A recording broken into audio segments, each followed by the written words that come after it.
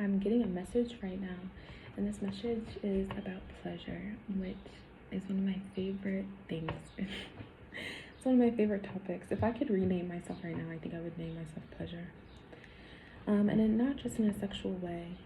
I'm getting a message about pleasure. I'm picturing this time that when I was in college, it was May.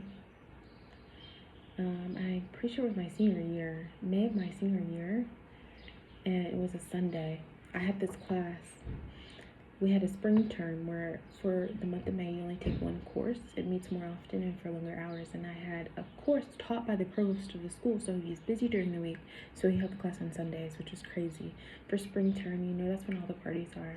And at my school, there was always water parties, water-themed parties. People had money to blow honey, and they were big deal. They were a big deal. So there was this really big party on Sunday, and this professor had a strict policy of attendance where if you missed a class, you had to write a paper.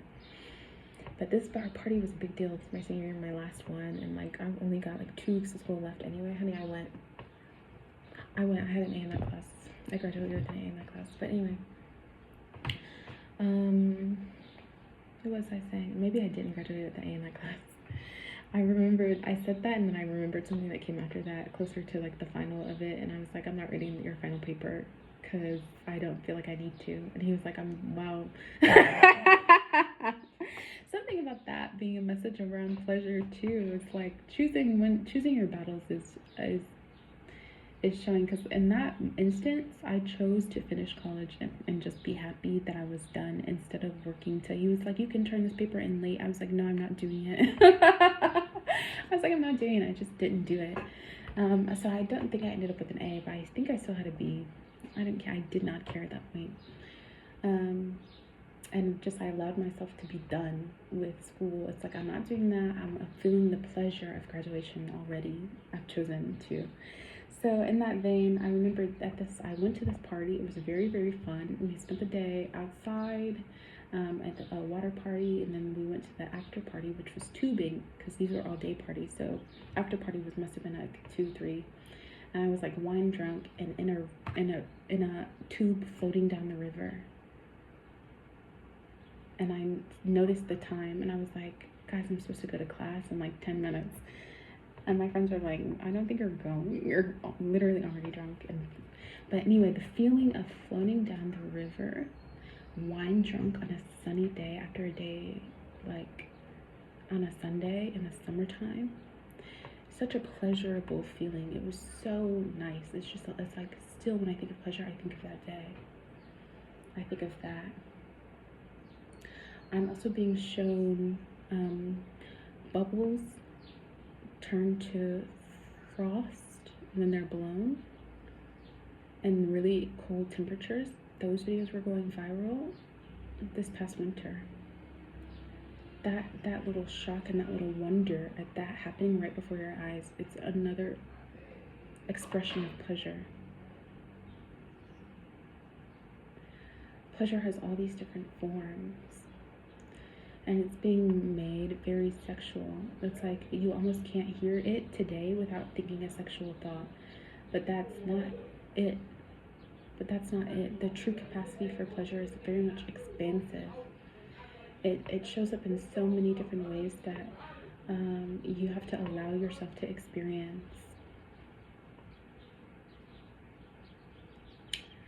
And I'm hearing it goes hand in hand with restraint. I just looked at this card again. It says slowly still.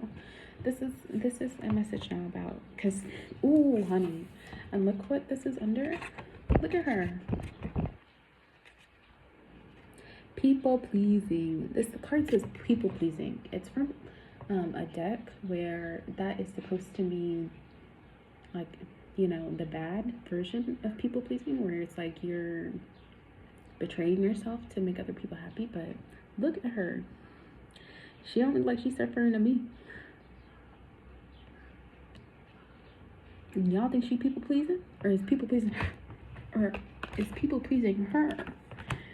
So every time I see that, the message is trying to shift now. It's something about pleasure, sexual pleasure being co-opted and perverse right now.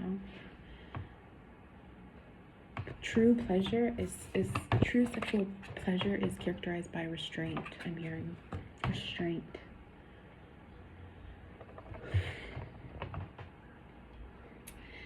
Something about going slowly, building up slowly. I was getting a message about Pompeii and how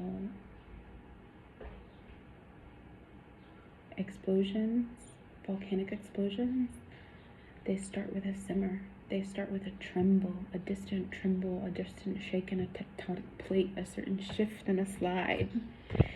And those things build up over time. They build up heat, they build up energy, they build up friction. And then the release of energy is far, far greater than the sum of the parts.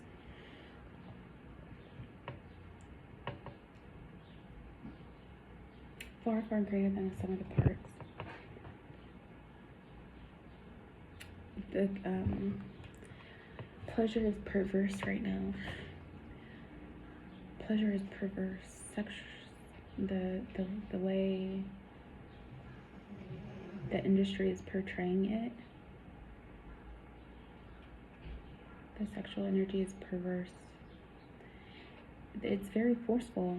It's become intertwined with pain in an inexplicable way. It's very. I'm hearing it is explainable. It's just unjustifiable. I'm hearing unjustifiable. There's no justification in that. True pleasure is slow. I'm hearing it's appreciative. I'm hearing it's energetic mastery. The expression, that volcanic eruption at the end, is as powerful. It's as powerful as a volcanic explosion. But because there's no restraint, and how there's no restraint, so it is quick and impactless most of the time. Quick and impactless. I'm seeing Bridgerton, the tension. Abel, come here. Abel. My dog's barking, it's distracting me.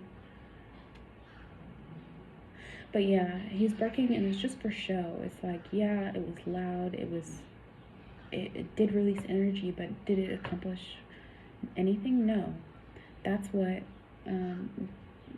orgasmic release is like right now. It's like you're experiencing just a tenth of what you're a tenth of a 1/100th of what it's capable of being, because you lack restraint. You're not waiting for the self-mastery. You're not waiting for the self-identification. You're not waiting for the energetic mastery, and you're not waiting for the right person. And you're not waiting to understand the magic quality of the experience, because that is literally energy, the energy that's created in the most ideal situation with somebody you're fated to meet. It is transcendent. Literally, the amount of energy you can collect and transmute. This is the stuff of superheroes. I'm hearing this is what makes Superman. This is what imbues, like, you can, I'm hearing like Superman. I'm literally seeing Superman fly around my head, like fly off the planet, like, that's what I'm seeing. So yeah, the imagery I'm seeing in my head, guys, wow, I'm literally seeing BDSM in my head. And it's like restraint. I'm hearing rock steady. You rock hard, I rock steady. Something about maintaining a steady energy. Oh my God, is this a how-to video? Something about the rhythm being more important. The rhythm, sensing, sensitivity, being able to sense and keep a rhythm steady. being able to sense everybody's energy in the room.